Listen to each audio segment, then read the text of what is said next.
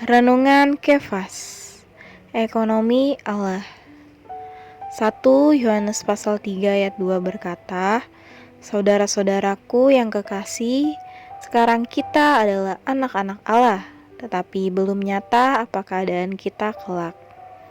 Akan tetapi kita tahu bahwa apabila Kristus menyerahkan dirinya, kita akan menjadi sama seperti Dia, sebab kita akan melihat Dia dalam keadaannya yang sebenarnya." Allah di dalam kekekalan lampau adalah Allah semata, tetapi dalam inkarnasi Dia menjadi manusia.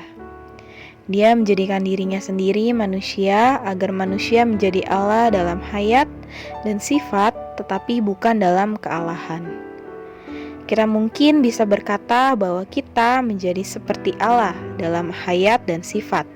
Tetapi apakah kita berani berkata bahwa kita menjadi Allah dalam hayat dan sifat? Kita perlu melihat bahwa kita telah dilahirkan oleh Allah dan kita adalah anak-anak Allah. Bukankah kalian telah dilahirkan oleh manusia? Lalu, bukankah kalian adalah manusia?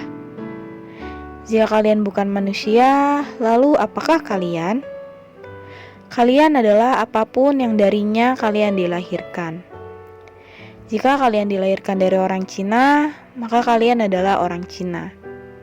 Jika kalian dilahirkan dari orang Kaukasia atau kulit putih, kalian adalah orang Kaukasia. Karena kita telah dilahirkan dari Allah, kita bisa mengatakan dan bahkan kita harus mengatakan bahwa kita adalah Allah dalam hayat dan sifat, tetapi bukan dalam kealahan. Sobat Kefas, keinginan Allah untuk membuat kaum beriman menjadi Allah dalam hayat dan sifat, tetapi bukan dalam kealahan. Antonasius mengacu pada konferensi atau gereja di Nicea tahun 325.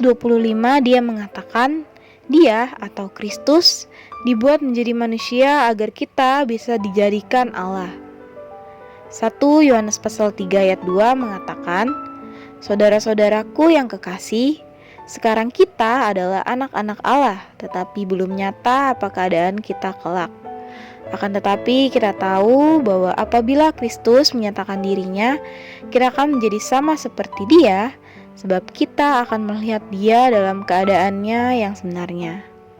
Ayat ini dengan jelas mewahyukan bahwa kita akan seperti Allah. Allah menjadikan seperti Dia dengan menyalurkan hayat dan sifatnya ke dalam kita. 2 Petrus pasal 1 ayat 4 mengatakan bahwa kita telah menjadi pengambil bagian dalam kodrat atau sifat ilahi. Yohanes pasal 1 ayat 12-13 mengatakan bahwa kita dilahirkan kembali oleh Allah dengan hayatnya. Kita telah dilahirkan oleh Allah dan hari ini dengan memiliki hayat dan sifat Allah, kita sebagian seperti Allah. Suatu hari ketika Dia datang, kita akan sepenuhnya dan seluruhnya seperti Dia.